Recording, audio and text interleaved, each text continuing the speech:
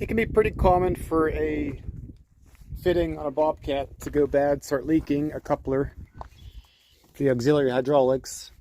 Sometimes there's a O-ring gasket on the inside that could leak internally and you could start seeing it leak out on the outside. But in this case, I actually cracked, where is it?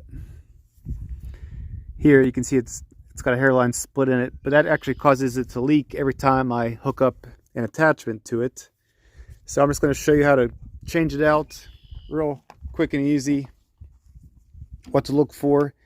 I'll even leave the part in the description that you can find it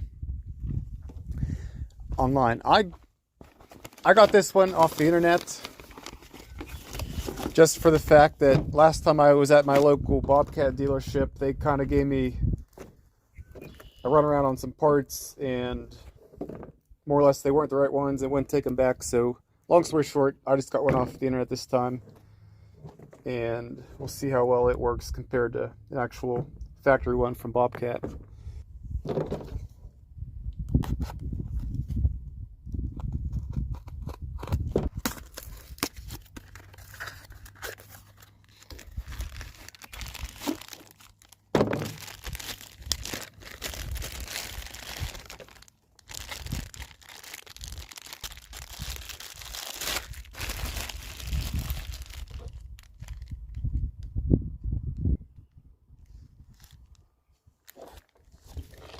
Now there are two different styles that this could be, and it should be stamped somewhere, the different makes that they are, to find out. And all it is the difference is where these threads are. They're just a different diameter depending on which model you have. But everything else should be the same dimension, so as long as this fits right in there, this will be the right one. Otherwise, it's a different part number.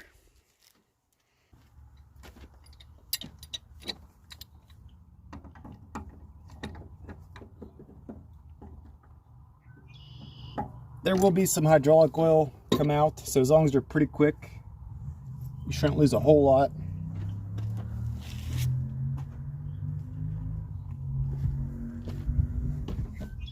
But don't get alarmed when you do see some come out.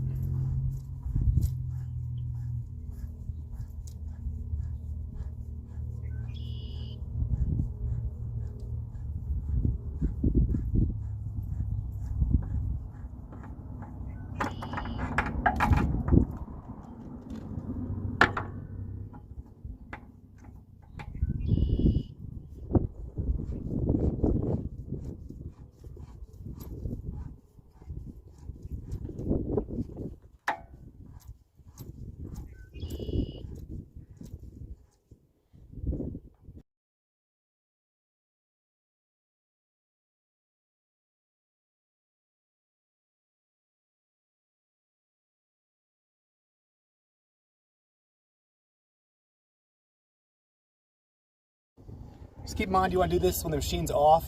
You gotta make sure all pressure is released so you're not getting sprayed, and that it comes off easier.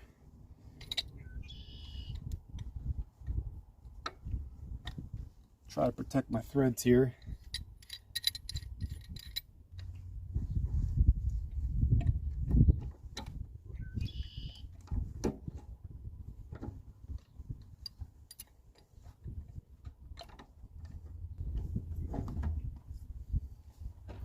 It doesn't have to be crazy tight or anything, but you definitely want to make sure it's snug.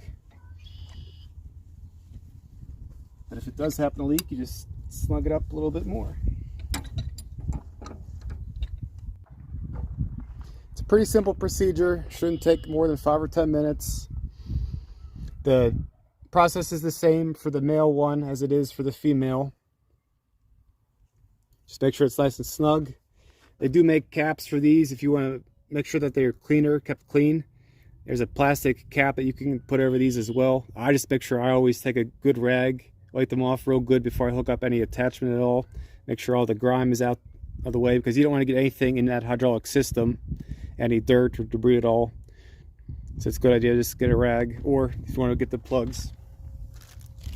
Like I said, pretty simple procedure to do, to change out a coupler so that you don't have any lost hydraulic fluid.